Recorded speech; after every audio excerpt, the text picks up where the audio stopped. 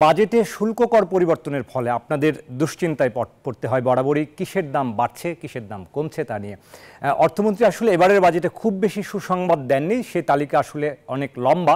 আমরা দেখেছি অনেক ক্ষেত্রে সম্পূরক শুল্ক তিনি রেয়াত সুবিধা মেয়াদ বাড়ানোর আবেদন করেছেন, আবার অনেক ক্ষেত্রে আমরা দেখেছি যে এবারে কিন্তু নতুন করে শুল্ক আরোপ করেছেন।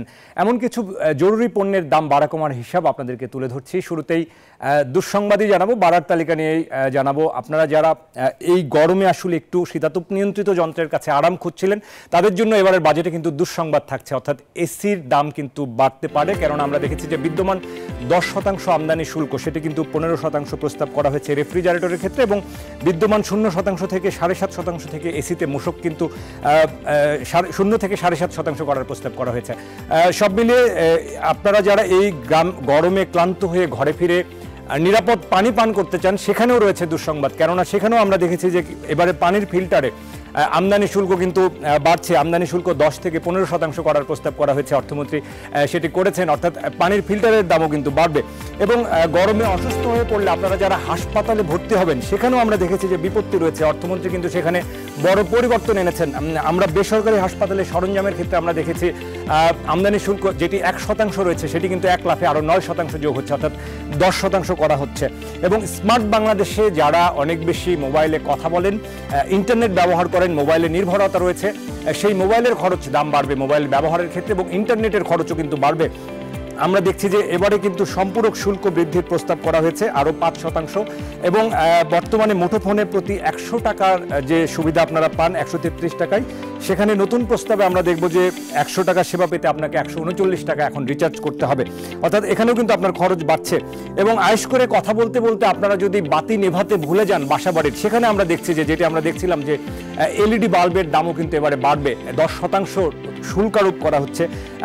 এক্ষেত্রে অর্থমন্ত্রী কিন্তু এলইডি বাল্বের দামও বাড়ানোর প্রস্তাব করেছেন।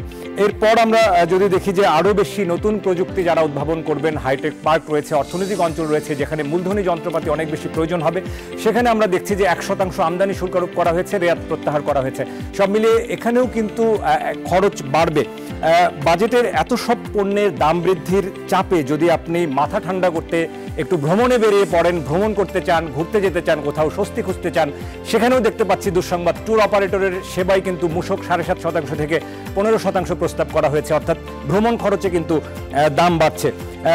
এরপরে আমরা সবশেষ দাম বাড়ার আসলে দীর্ঘ তালিকা রয়েছে, এত তালিকা আসলে এই মুহূর্তে জানানোর সুযোগ নেই।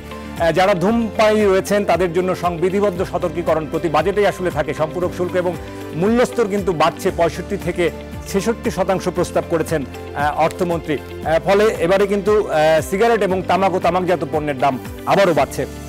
এবারে আপনাদেরকে একটু দাম কমার তালিকায় যদি জানাতে চাই, দাম কমার তালিকা যদিও খুব ছোট হয় প্রতি বাজেটে, তবে এবার কিন্তু নিত্যপণ্যের দাম আমরা শুরুতেই যদি দেখি যে দাম কমার যে তালিকা রয়েছে সেখানে আমরা দেখতে পাবো যে নিত্যপণ্যের দামে এবার অর্থমন্ত্রী কিন্তু মনোযোগী হয়েছেন, কারণ আমরা জানি উচ্চ মূল্যস্ফীতির এই সময়টায় পেঁয়াজ, চাল, ডাল সহ 30টি নিত্যপণ্যের কিন্তু উৎসকর যেটি 2% ছিল সেটি এবার 1% করা হয়েছে, এবং এই ধরনের 30টি পণ্যের দাম কমতে পারে। এবং এরপরে যদি আমরা দেখি প্যাকেটজাত গুঁড়া দুধ, অর্থাৎ যারা সদ্য বাবা মা হয়েছেন এবং শিশু রয়েছে যাদের ঘরে, তাদের জন্য বাজেটে এবারে কিছুটা সুসংবাদ থাকছে, অর্থাৎ আমদানি শুল্ক কিন্তু কমছে, ফলে প্যাকেটজাত গুঁড়া দুধের দাম কমতে পারে। এবং এরপরে আমরা নির্মাণ সামগ্রী দেখতে চাই, নির্মাণ সামগ্রী কাঁচামালের আমদানি শুল্ক কিন্তু 10% থেকে কমানো হচ্ছে, 5% করার প্রস্তাব করা হয়েছে, ফলে নির্মাণ সামগ্রীর দাম কমতে পারে। এবং যারা বিদেশি চকলেট খেতে একটু পছন্দ করেন, বিদেশি চকলেটের ক্ষেত্রে আমরা দেখেছি এবারে কিন্তু সম্পূরক শুল্ক 45% থেকে কমিয়ে সরাসরি 20% করা হচ্ছে, ফলে চকলেটের দাম কমতে পারে। এবং ল্যাপটপের প্রতি বিশেষ নজর দেওয়া হয়েছে এবারে বাজেটে, 31% শুল্ক কর সেটিকে কিন্তু কমিয়ে আমরা দেখছি যে 20% করার প্রস্তাব করেছেন অর্থমন্ত্রী। ল্যাপটপের দাম কমতে পারে। এরপর আমরা কিডনি রোগীদের বিষয়ে বিশেষ সতর্ক হয়েছেন এবারের বাজেটে অর্থমন্ত্রী, যেটি বারবার বলছিলেন যে কিডনি রোগীর ডায়ালাইসিস এবং সার্কিট এই ক্ষেত্রে যে আমদানি শুল্ক রয়েছে সেটি 10% থেকে 1% নামিয়ে আনা হয়েছে। এবং দেশীয় মোটরসাইকেল, আমরা জানি যে ঢাকা রাজধানীতে মোটরসাইকেলের কিন্তু প্রচুর চাপ বাড়ছে, এরপরে দেশীয় মোটরসাইকেলের ক্ষেত্রে আমরা দেখেছি সিকেডি ইঞ্জিনের পার্টস আমদানিতে এবারে শুল্ক কমানো হয়েছে, ফলে এসব পণ্যের দাম কমতে পারে। এরপর সবশেষ আপনাদেরকে যেটি দেশীয় শিল্পের সুরক্ষা দিতে অর্থমন্ত্রী যেটি করেছেন, শুল্ক সুবিধা অপরিবর্তিত রাখার চেষ্টা করেছেন। আমরা দেখেছি যে দেশীয় রেফ্রিজারেটর এবং ওয়াশিং মেশিন এবং কম্পিউটার যন্ত্রাংশ এসব পণ্যের ক্ষেত্রে কিন্তু শুল্ক সুবিধা অপরিবর্তিত রাখা হয়েছে, ফলে নতুন করে দাম বাড়ার দুঃসংবাদ এসব পণ্যের ক্ষেত্রে নেই। দর্শক, এই ছিল আমাদের কাছে দাম বাড়া কমার তালিকার সংক্ষিপ্ত একটি হিসাব।